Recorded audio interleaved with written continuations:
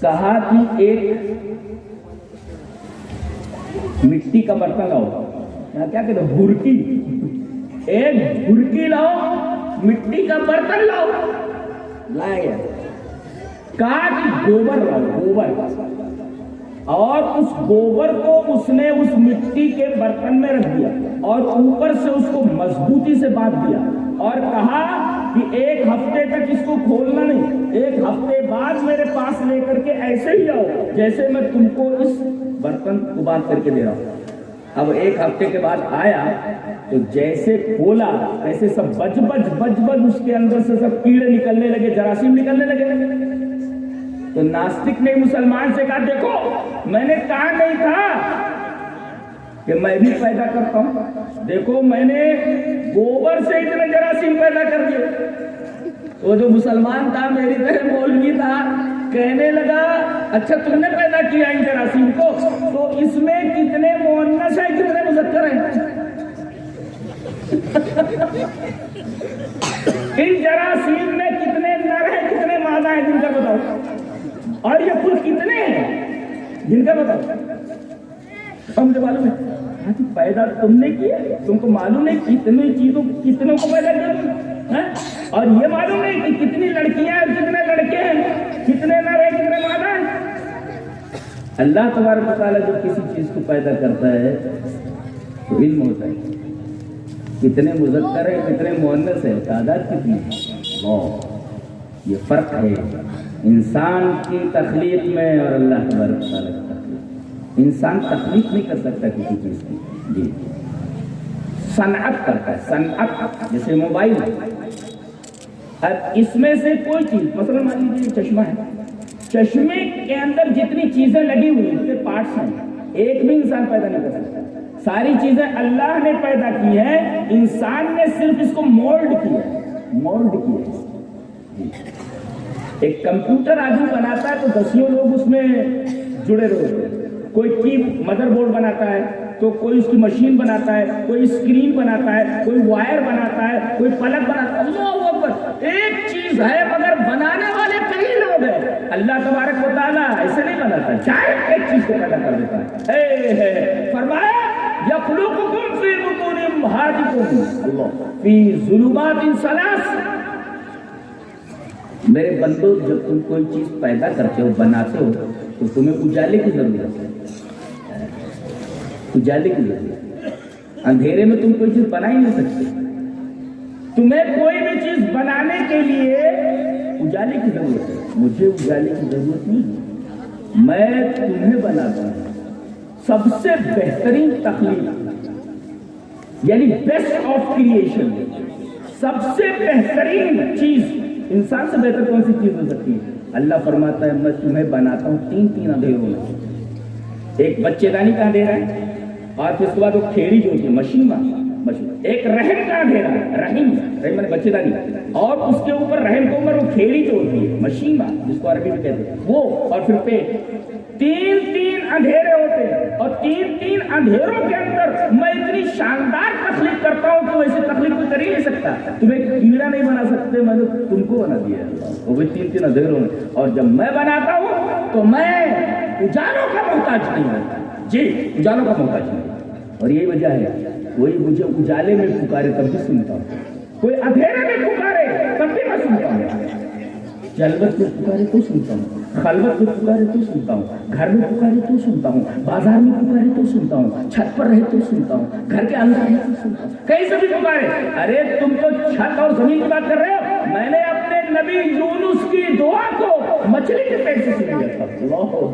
وَظَنُّونِ الذَّهَبَ مُغَاضِبًا فَظَنَّ أَن لَّن نَّقْدِرَ عَلَيْهِ فَنَادَىٰ فِي الظُّلُمَاتِ أَن لَّا إِلَٰهَ إِلَّا أَنتَ سُبْحَانَكَ إِنِّي كُنتُ مِنَ الظَّالِمِينَ۔ حضرت یونس علیہ السلام بغیر اجازت کے، سراج الدین پانی یہ میرا کلاس فیلو ہے، ہمارا 18 میں چلیں گے، ادھر آ گیا جی حال جلدی سے تھوڑا سا تو ہم لوگ بہت پریشان کرتے تھے پڑھنے کے بعد، سیدھا زیادہ تو پہلے سے پائے اللہ میں ہدایت۔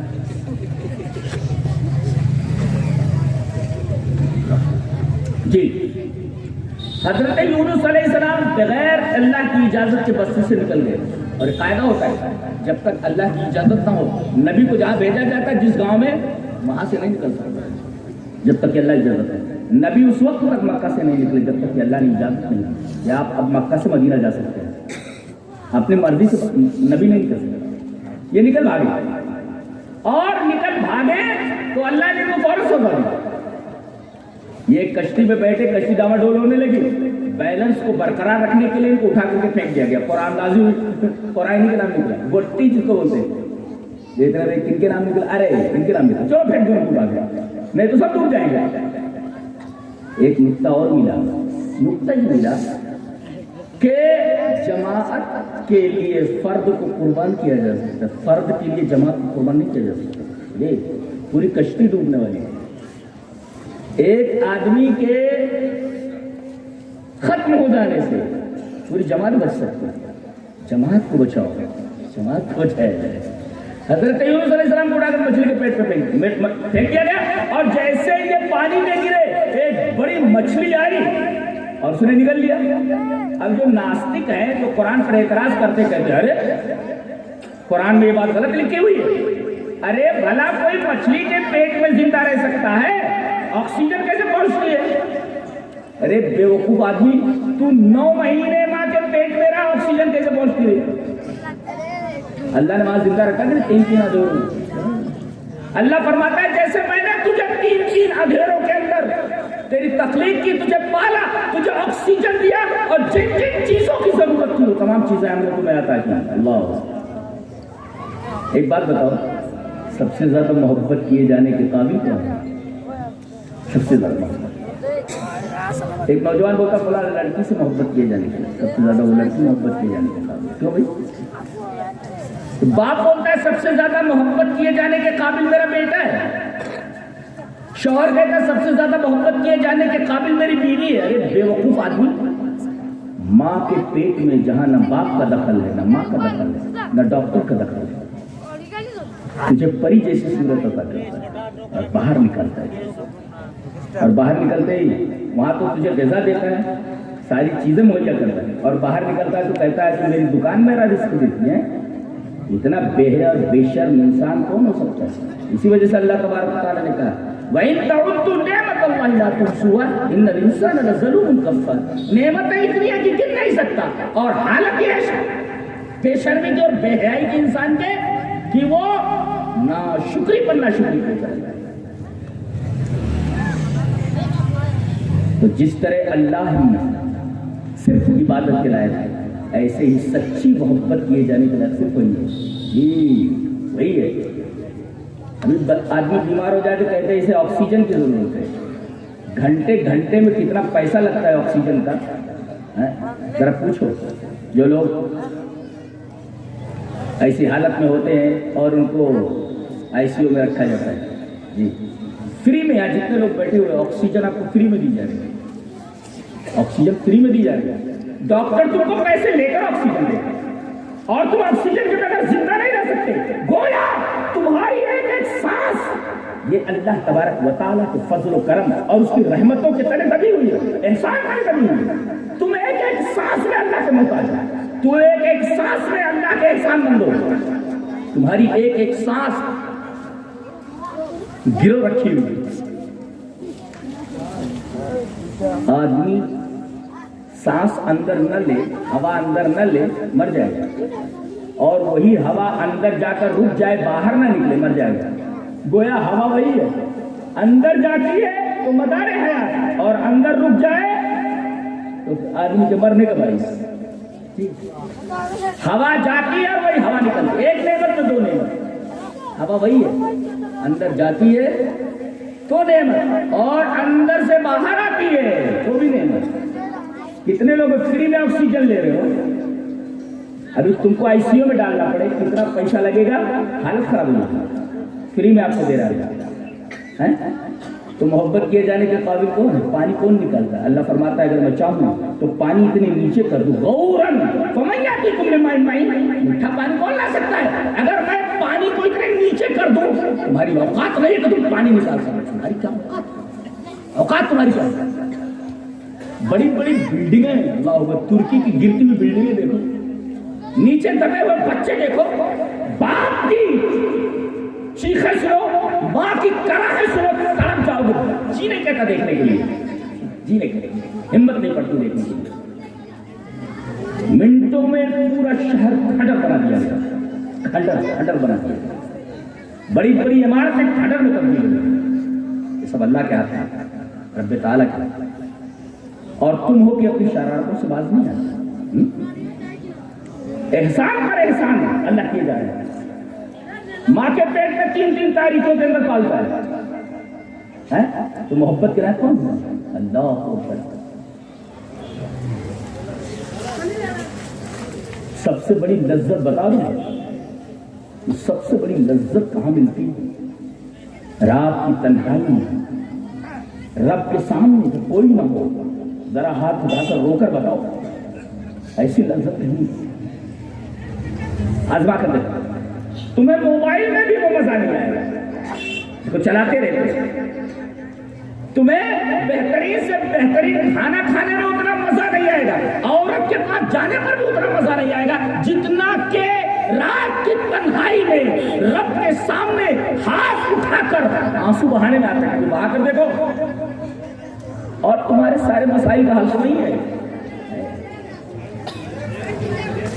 تم بیمار ہو، تمہارا بچہ تم سے بچھڑ گیا ہے، تمہاری بیوی بیمار ہے، تمہاری دکان تباہ ہو گئی ہے، آنسوؤں کا نذرانہ رب تعالیٰ کی بارگاہ میں پیش کر دو، سارے مسائل حل ہو جائیں۔ تو 3 تاریخوں کے اندر اللہ تبارک و تعالیٰ تمہیں پالتا ہے، تمہیں پیدا کرتا ہے۔ حضرت یونس علیہ السلام کو جب مچھلی نے پیٹ میں لے لیا تو ایک تو مچھلی کے پیٹ کا اندھیرا ہے، اور دوسرے سمندر کے پانی کا اندھیرا ہے، اور تیسرے رات کا اندھیرا ہے۔ وہاں بھی 3 تاریخیاں، 3 اندھیرے، جیسے ماں کے پیٹ میں 3 اندھیرے، ایسے یونس علیہ السلام کو مچھلی کے پیٹ میں چلے گئے تو وہاں بھی 3 اندھیرے، اور وہاں سے پکارتا میرے رب غلطی ہو گئی، لا الہ الا انت سبحانک انی کنت من الظالمین۔ رب تعالیٰ مچھلی کے پیٹ سے آواز سن رہے ہیں، کہیں سے بھی پکارو اللہ سنتا ہے۔ کچھ لوگ ہوتے جو بول نہیں پاتے، وہ یہ نہیں کہہ پاتے مجھے یہ چاہیے، یہ نہیں کہہ پاتے مجھے کیا چاہیے۔ رب کہتا ہے میرے بندے تو بول نہیں سکتا نا، لیکن تم کیا کہنا چاہتا ہے میں سمجھتا ہوں کیا کہنا چاہتا ہے۔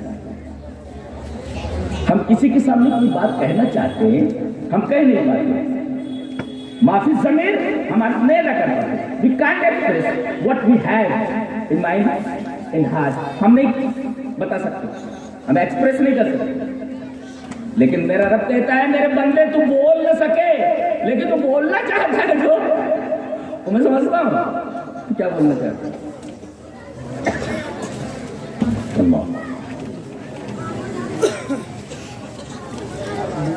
تو جب اللہ اور اس کے رسول کی بات آئے تو بلا تاخیر اسے تسلیم کیا جائے اور اس کے اوپر عمل کیا جائے۔ حضرت عبداللہ ابن مسعود نے اتنا سنا بیٹھ جاؤ، وہ مسجد میں نہیں آئے، چلو مسجد میں چل کر کے بیٹھیں گے، میں کہوں بیٹھ جاؤ، ابھی ادھر سے آ رہا ہے، میں کہوں بیٹھ جاؤ، تو کہے گا ٹھیک ہے مولوی صاحب بولے بیٹھ جاؤ، تو چلو تھوڑا آگے چل کر کے بیٹھ جاتے ہیں۔ لیکن حضرت ابن مسعود نے فوراً اس پر عمل کیا، جہاں آواز کان میں آئی نہیں بیٹھے۔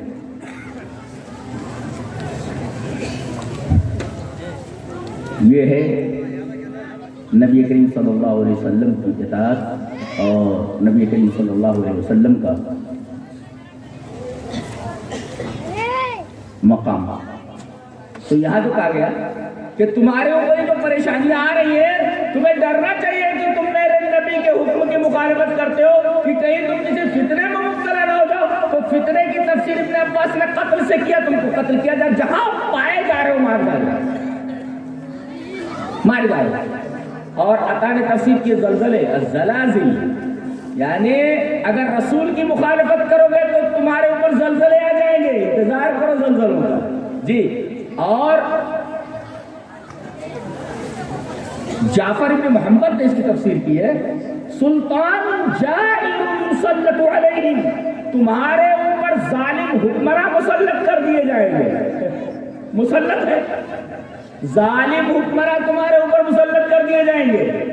پتہ یہ چلا کہ اگر تم رسول کے حکم کی مخالفت کرو گے تو ظالم حکمراں تمہارے اوپر مسلط کر دیے جائیں گے، اور وہ تمہارے ساتھ جو سلوک روا رکھنا چاہیں گے روا رکھیں گے، اور تم کچھ نہیں کر سکتے، تم کچھ نہیں کر سکتے.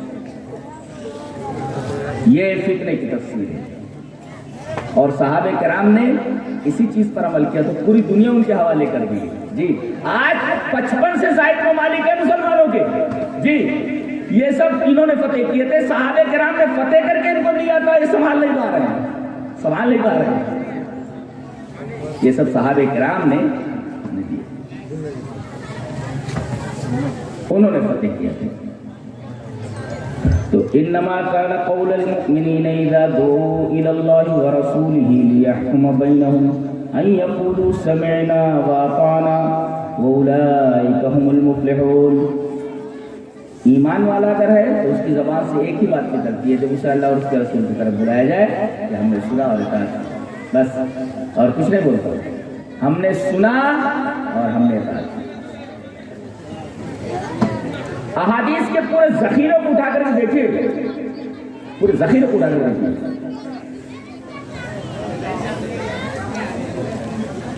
کہ نبی کی اطاعت کس طرح کی جاتی ہے، کس طرح کی جاتی ہے. اور سمینا و اطاعنا میں ایک بات اور بھی ہے، ہم نے سنا اور مانا چاہے سمجھ میں آئے یا نہ آئے. بعض لوگ کہتے ہیں کہ جو بات ہماری سمجھ میں آئے گی وہی مانیں گے، جو حدیث ہماری سمجھ میں آتی ہے وہ مانیں گے، اور جو نہیں آتی ہے نہیں مانیں گے. سمینا و اطاعنا کے اندر بھی یہ بات ہے کہ چاہے سمجھ میں آئے یا نہ آئے ماننا ہے. جیسے اگر آدمی گاؤں میں ہے اور وضو بنا کر کے موزہ پہن لیتا ہے تو اب دوبارہ اگر وضو بنانے کی ضرورت پڑے تو پیر دھلنے کی ضرورت نہیں ہے. 24 گھنٹے تک ایک دن ایک رات موزے پر مسح کر سکتے ہیں، بس ایسا پیر دھلنے کی ضرورت نہیں. شرط یہ ہے کہ وضو بنا کر کے اس نے موزہ پہنا ہو، موزہ نہیں نکالا ہو. اور اگر مسافر ہے تو 3 دن 3 رات وہ موزوں پر مسح کر سکتا ہے، پیر دھلنے کی ضرورت نہیں. اچھا یہ بتاؤ کہ آدمی جو موزہ پہنتا ہے جب چلتا ہے تو گندگی کہاں لگتی ہے؟ اوپر موزے کے کہ نیچے؟ نیچے لگتی ہے، لیکن مسح کہاں کرایا جا رہا ہے؟ اوپر مسح کر. جبکہ عقل یہ کہتی ہے کہ نیچے موزے کے مسح کیا جائے، گندگی نیچے لگتی ہے لیکن مسح اوپر سے کرایا جاتا ہے. ہماری سمجھ میں نہیں آ رہا ہے لیکن ہمیں ماننا ہے، ہمیں مسح اوپر سے کرنا ہے. جیسے حضرت علی رضی اللہ تعالیٰ عنہ سے مروی ہے روایت اس طرح ہے، وعن علی رضی اللہ تعالیٰ عنہ قال لو كان الدين بالرأي لكان أسفل الخف أولى بالمسح من أعلاه وقد رأيت رسول الله صلى الله عليه وسلم يمسح على ظاهر الخفين رواه أبو داود في كتاب الطهارة. حضرت امام ابی داؤد رحمہ اللہ اس حدیث کو ایسے کتاب الطہارہ کے اندر لائے.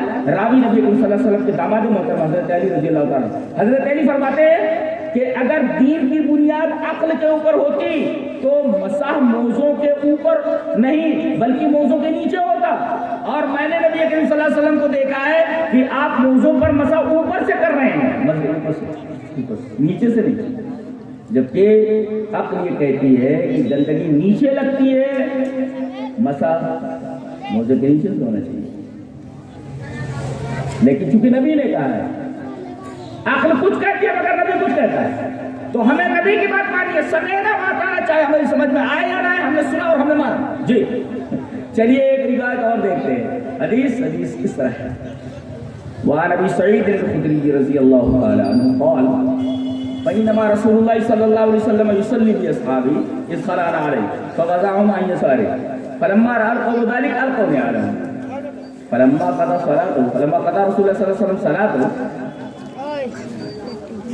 قال ما حملكم على إلقائكم نعالكم قالوا رأيناك ألقيت عليك فألقينا نعالنا.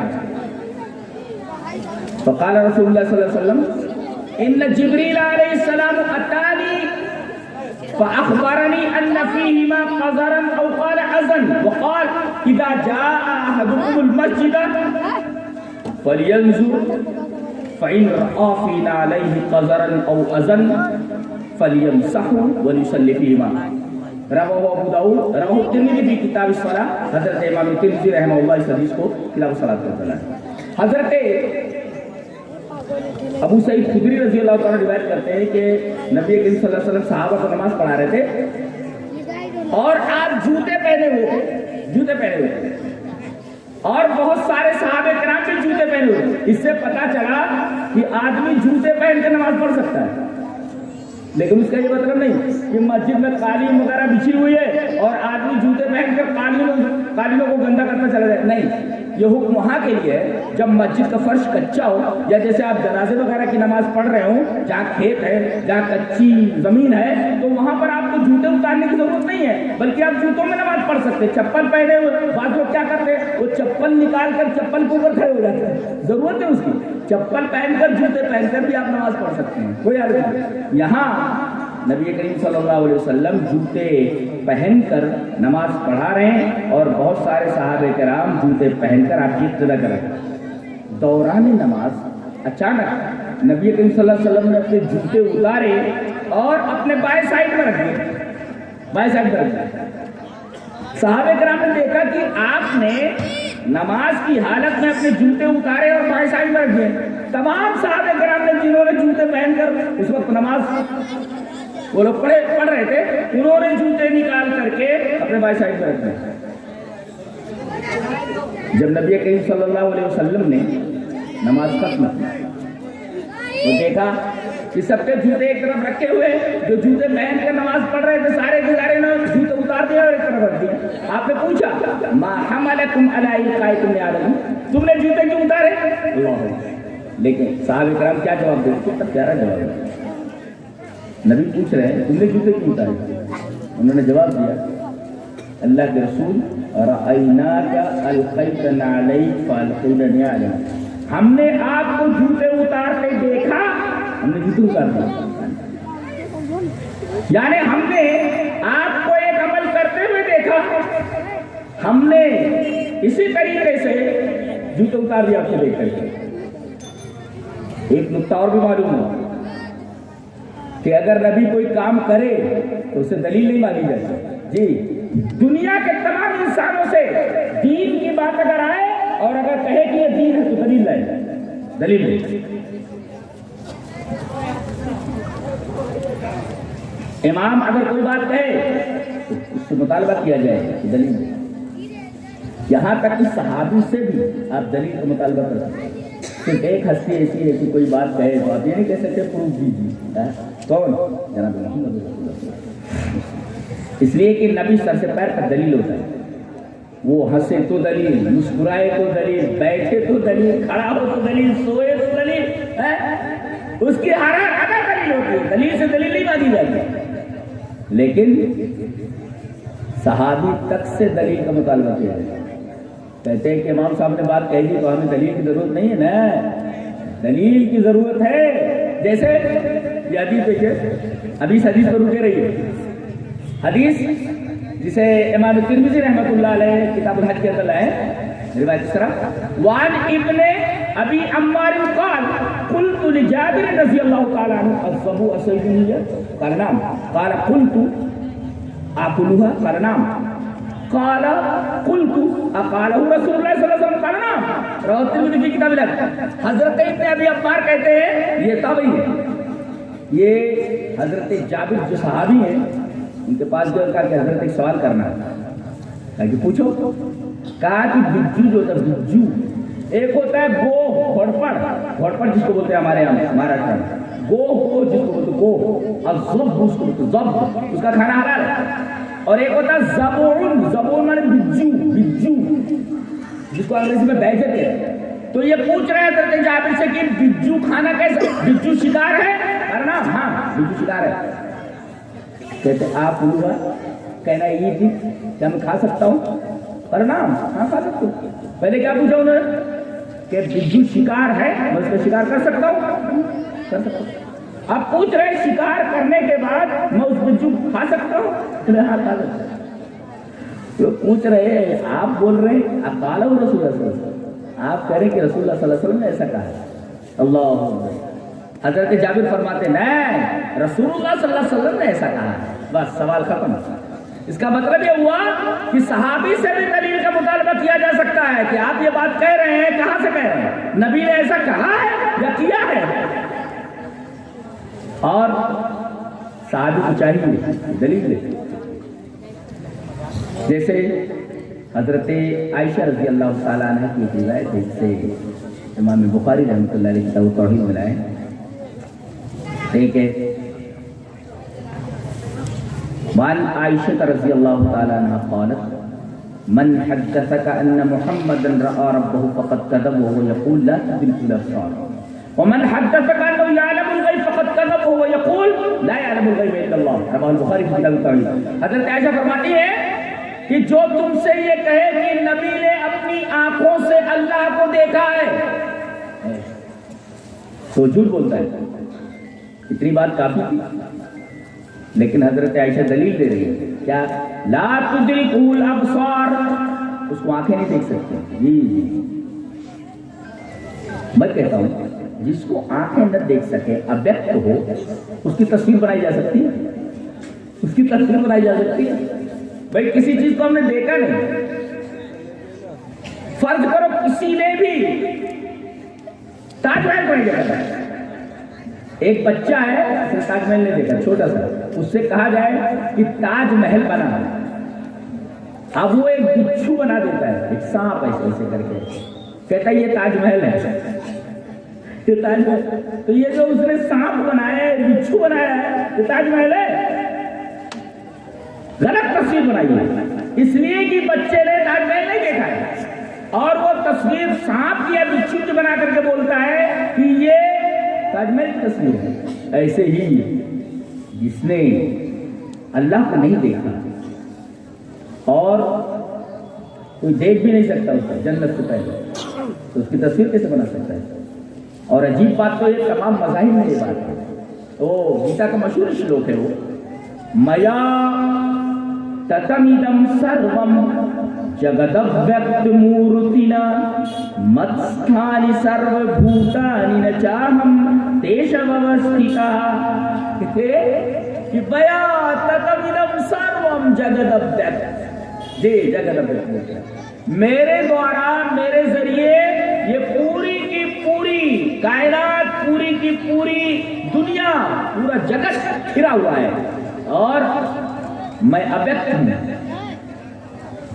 آپ بولتے رہے عجیب ویکتی ہیں آپ، ویکتی کا مطلب جو دکھائی دے، اور ابیکت کا مطلب جو دکھائی نہ دے، تو گیتا میں ایشور دکھائی نہیں دیتا، ابیکت ہے، ابیکت مورتی ہے وہ، ابیکت ہے، دکھائی نہیں دیتا، وہ دکھائی نہیں دیتا، ابیکت ہے وہ، ابیکت۔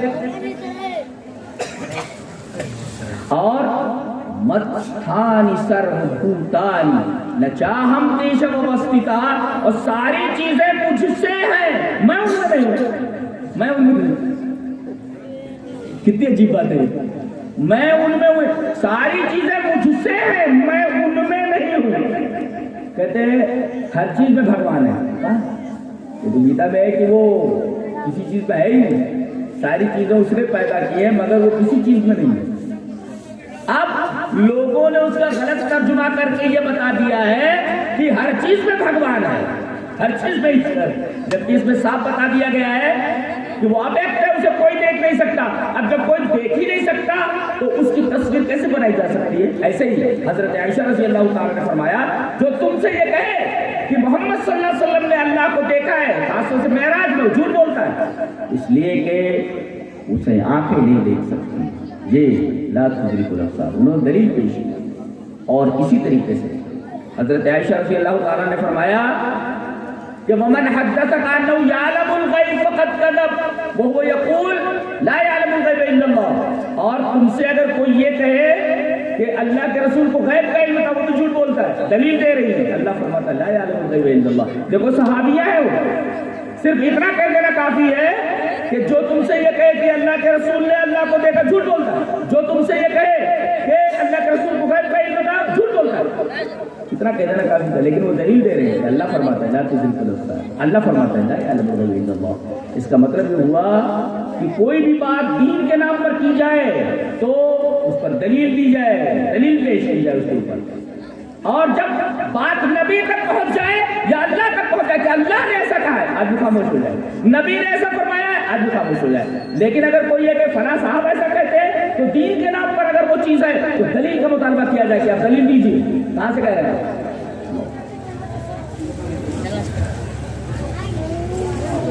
تو یہ جو جوتے اتار کر ایک سائڈ میں رکھ دیے، اس سے ایک مسئلہ اور نکلا۔ دیکھو نبی کریم صلی اللہ علیہ وسلم نے اپنے جوتے اتار کر ایک طرف رکھے، صحابہ کرام نے بھی اپنے جوتے اتار کر ایک طرف رکھ دیے۔ اسی طرح اگر کوئی آدمی جیب میں موبائل لیے ہوئے ہو اور سوئچ آف کرنا بھول گیا ہو تو، اور کسی نے ڈائل کر دیا ہو نمبر اور بجنے لگا ہو تو بجنے نہ دیا جائے بلکہ جیب سے اسے نکال، جب باندھے ہوئے ہیں جیب سے اسے نکال لیا جائے اور جیب سے نکالنے کے بعد سوئچ آف کر کے پھر جیب میں ڈال دیا۔ دیکھیے وہاں جوتے اتارے، اتنا عمل کیا، اتنا عمل کیا۔ ایسے ہی اگر موبائل بجنے لگے تو اتنا عمل آپ نماز کی حالت میں کر سکتے۔ اور ایک بات اور معلوم ہے، نبی کریم صلی اللہ علیہ وسلم نے یہ کہا کہ تم لوگوں نے جوتے کیوں اتارے؟ میں نے جو جوتے اتارے ہیں، اچھا صحابہ کرام نے یہ نہیں کہا کہ اللہ کے رسول آپ نے جوتے کیوں اتارے، انہوں نے اتنا کہا کہ اللہ کے رسول آپ کو جوتے اتارتے ہم نے دیکھا، ہم نے جوتے اتار دیے۔ یہ نہیں کہا کہ آپ نے جوتے کیوں اتارے، اس لیے کہ نبی سے دلیل کا مطالبہ کیسے کیا جا سکتا ہے؟ نبی نے خود جواب دیا۔ جی جواب کیا دیا؟ میں نے جوتے اس وجہ سے اتارے کہ میرے پاس جبریل آئے اور کہا کہ آپ کے جوتوں میں گندگی لگی ہوئی ہے۔ جی اس سے ایک بات اور معلوم ہوئی کہ نبی کو غیب کا علم نہیں تھا۔ اگر آپ کو غیب کا علم تھا تو ایسے جوتے پہن کر نماز پڑھانے کے لیے کھڑے نہ ہوتے جس جوتے کے اندر گندگی لگی۔ جبرائیل نے آ کر کے بتایا۔ اسے ایک بات اور معلوم ہے کہ جتنی باتیں نبی کریم صلی اللہ علیہ وسلم نے بیان فرمائی ہیں وہ تمام کی تمام وحی الہی ہے، وحی الہی ہے۔ جبرائیل کے ذریعے اللہ تبارک و تعالیٰ نے آپ تک وہ بات پہنچائی اور آپ نے وہ بات امت تک پہنچائی۔ اگر کوئی آدمی نبی کی بات آ جانے کے بعد اگر یہ پوچھتا ہے کہ فلاں صاحب کیا کہتے ہیں، چلیے دیکھیے امام شافعی رحمۃ اللہ علیہ کا معاملہ تھا، شرح عقیدہ تحاویہ کے اندر امام بخاری رحمۃ اللہ علیہ کا یہ قول اور یہ واقعہ انہوں نے نقل کیا ہے۔ چلو پڑھ لیتے پہلے۔ قال البخاری سمعت الحمیدی یقول كنا عند الشافعي رحمه الله فاتاه رجل فسأله عن مسألة فقال قضى فيها رسول الله صلى الله عليه وسلم كذا وكذا فقال الرجل للشافعي ما تقول أنت؟ فقال سبحان الله تراني في كنيسة تراني في بيئة تراني على وسط الزنار أقول لك قضى رسول الله صلى الله عليه وسلم فأنت تقول ما تقول أنت؟ الله أكبر۔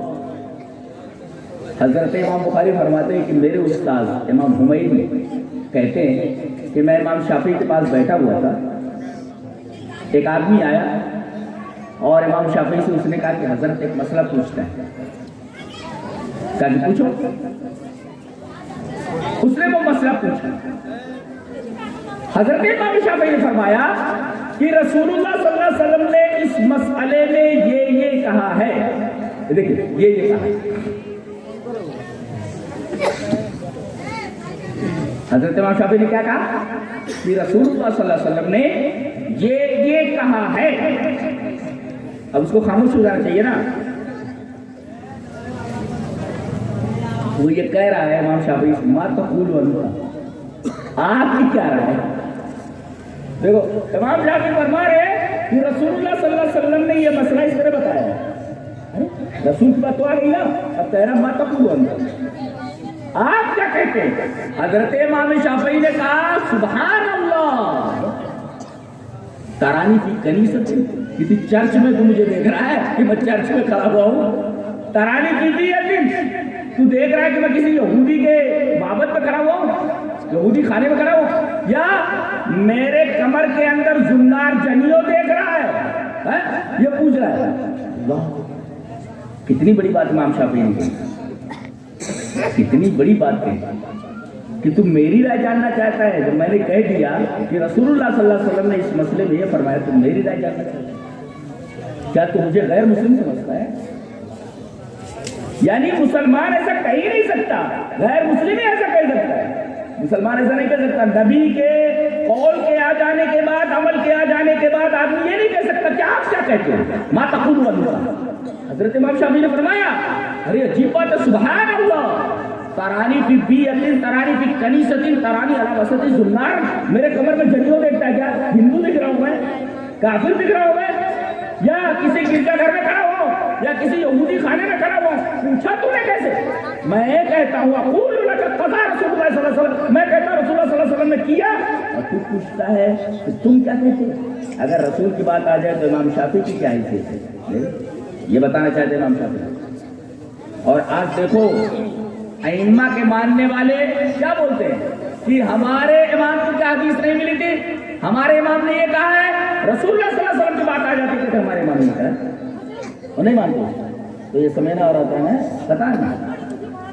حالانکہ مومنین کا قول ایک ہی ہونا چاہیے جب انہیں اللہ اور اس کے رسول کی طرف بلایا جائے، کیا کہ ہم نے سنا اور ہم نے بات کی. اچھا، بعض لوگ یہ کہتے ہیں کہ بھئی فلاں صاحب اتنے بڑے عالم ہیں وہ غلطی کر ہی نہیں سکتے. جی ارے بڑے بڑے صحابہ کرام سے غلطی ہوئی. چلیے ایک حدیث دیکھتے ہیں، بہت ہی پیاری حدیث ہے. جی حدثنا آدم حدثنا شعبة حدثنا ابو قیس سمعت حذیل بن شرحبیل قال سئل ابو موسیٰ عن بنت وابنت ابن واخت فقال للبنت النصف وللأخت النصف واتي ابن مسعود فسئل قاسم فسئل ابن مسعود واخبر بقول